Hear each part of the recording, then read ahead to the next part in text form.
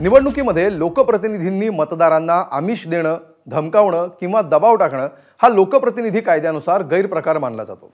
मात्र अलीकडच्या काळामध्ये राजकीय नेते खुलेआमपणे मतदारांना अशी आमिष दाखवताना आणि ऑफर देताना दिसतात। राज्याचे अर्थमंत्री अजित पवार सध्या अशाच एका वक्तव्यामुळे चर्चेत आहेत। तुमच्या हातात मतं आहेत आणि माझ्या हातामध्ये निधी आहे असं म्हणत अजित पवारांनी जाहीर व्यासपीठावरून ऑफर दिली आणि राज्यात चर्चेला उधाण आलं। अजित पवार असं का म्हणाले आणि त्यामुळे वेगवेगळ्या राजकीय पक्षांच्या नेमक्या काय प्रतिक्रिया आल्या याचा आढावा घेणारा राजकीय शोलेचा हा स्पेशल रिपोर्ट।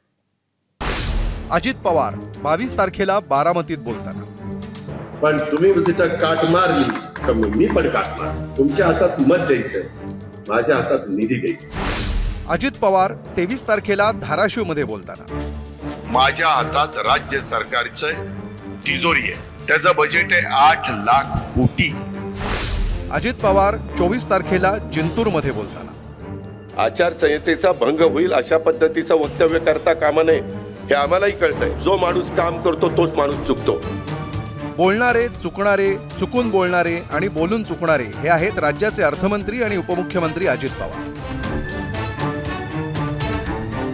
आपल्या रोखठोक बोलण्यासाठी अजितदादा प्रसिद्ध आहेत, पण हा रोखठोकपणा जपताना आपण काय बोलतो याचं भान अनेकदा ते विसरतात।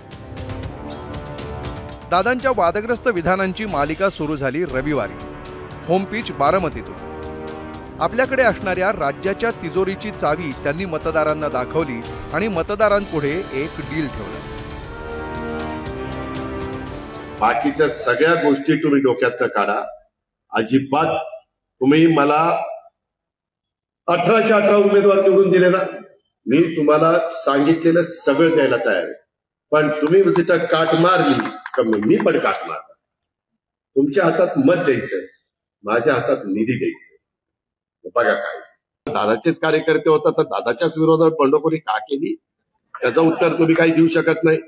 आणि निवडून आल्यावर दादाला पाठिंबा देणार, दादाला पाठिंबा तर 1 लाख लोकांच्या पेक्षा जास्त मतदारांनी ऑलरेडी दिलेला आहे। हे जे काही बाकीचे सांगतात, उद्याच्याला ते निवडून आले आणि त्यांना वर्ण निधी नाही मिळाला, ते काय करणार आहे?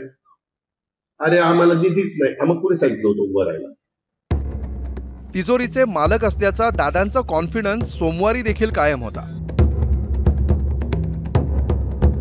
धाराशिवमध्ये जाहीर सभा घेत दादांनी उपस्थितांना पैशांचं महत्त्व पटवून दिलं आणि आपल्या हातात नेमकं काय आहे आणि त्यामुळे आपण तुमचा कसा उद्धार करू शकतो असं सांगत बारामतीतला आशय वेगळ्या शब्दात मांडला। मला तुम्हाला सगळ्यांना आश्वस्त करायचंय। तुम्ही म्हणाल की दादा हे करताना पैसा लागतो, मलाही कळतंय। सगळी सोंग करता येतात पण तो पैशाचं सोंग नाही करता येत। मी तुमच्या पुढे बोलतो, माझ्या हातात राज्य सरकारचं तिजोरी आहे, त्याचं बजेट आहे 8 लाख कोटी।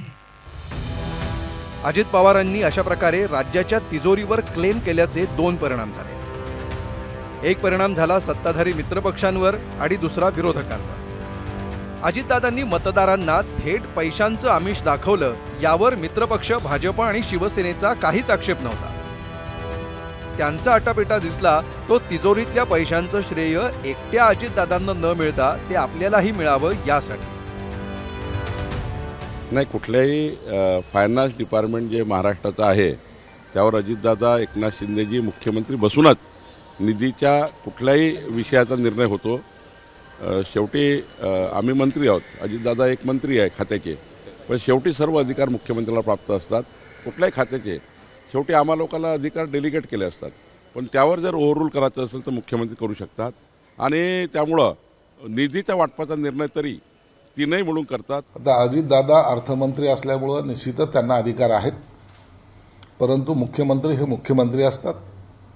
मुख्यमंत्र्याला सर्वापेक्षा जास्त सर्व अधिकार हे त्यांच्याकडे असतात। चावी एकीकडे आहे, मालक एक आहेत आणि ठरवणाऱ्यामध्ये आम्ही एक सुद्धा आहोत। म्हणून ठरवताना सगळ्याला बरोबर घेऊनच हे गाडा चालवावा लागतो, एवढं मात्र निश्चित आहे। आता तिजोरीवर दावा सांगणारे अजितदादा आणि त्यांना तिजोरीचा मालक म्हणणारे त्यांचे मित्रपक्ष पाहून काँग्रेसनं त्यांना एक सवाल केलाय। हे काय मालक आहेत काय राज्याचे? आणि हे तिजोरी म्हणजे काय यांच्या बापदादांनी कमवलेली मिळकत आहे काय? जनतेला तुम्ही काय गृहीत धरून आणि त्यांना धमकावून मतं घेऊन येण्याचं काम चाललं आहे. म्हणजे सत्तेची गरमी कशाला दाखवताय तुम्ही? निवडणुकीसाठी मतं मागायला जात असताना हा धमकवण्याचा प्रकार आहे. निवडणूक आयोगाने याची दखल घेतली पाहिजेत. हे प्रलोभन आहे. सत्ताधाऱ्यांनी अशा पद्धतीचं वक्तव्य करणं म्हणजे हे कारवाईस पात्र आहेत. आता या सगळ्या प्रतिक्रियांनंतर अजित पवारांची तिसऱ्या दिवशीची भूमिका मात्र सावध दिसली. आपल्याला आचारसंहिता कळते असा दावा करत त्यांनी ओघाओघात आपली चूकही मान्य करून टाकली.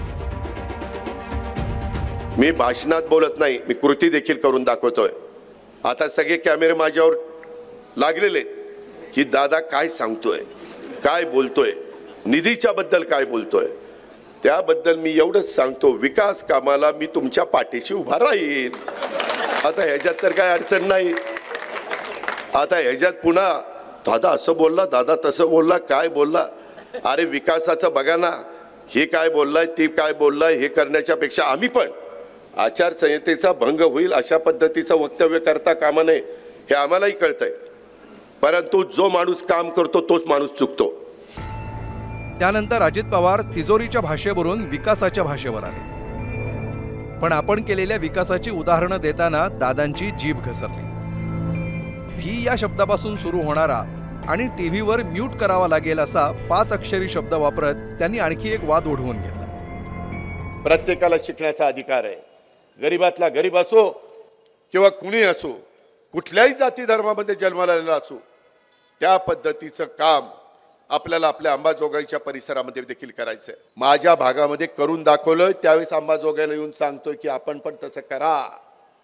बरेच पुढारी येतात, सांगतात असं केलं पाहिजे, तसं केलं पाहिजे, आणि त्यांची शहरं एकदम घाण असतात. बकालपाडा असतो तिथं, त्यांना सांगायचा अधिकार नसतो. आत्ता जाऊन बघा माझं बारामती शहर कसं स्वच्छ देखणं केलेलं आहे. अरे धमक लागते, लात मारेल तिथं पाणी काढण्याची धमक लागते, तेव्हा काम होत असतं. निवडणुकीत पैशांचा वापर होणं यात आता काहीच नाविन्य उरलेलं नाही. मात्र आता खासगी पैशांसोबत सरकारी तिजोरीच्या वापराचा मुद्दा या निमित्तानं पुन्हा चर्चेत आलाय. निवडणुकीच्या तोंडावर मतदारांच्या खात्यावर पैसे जमा करण्याचा प्रीपेड प्रकार असो किंवा आधी मतं द्या मग पैसे घ्या असं सांगणारी पोस्टपेड आमिषे असो, यापैकी कुठला प्रकार अधिक आक्षेपार्ह याची जोरदार चर्चा राजकीय वर्तुळात रंगली आहे. ब्युरो रिपोर्ट, एबीपी माझा. एबीपी माझा, उघडा डोळे बघा नीट.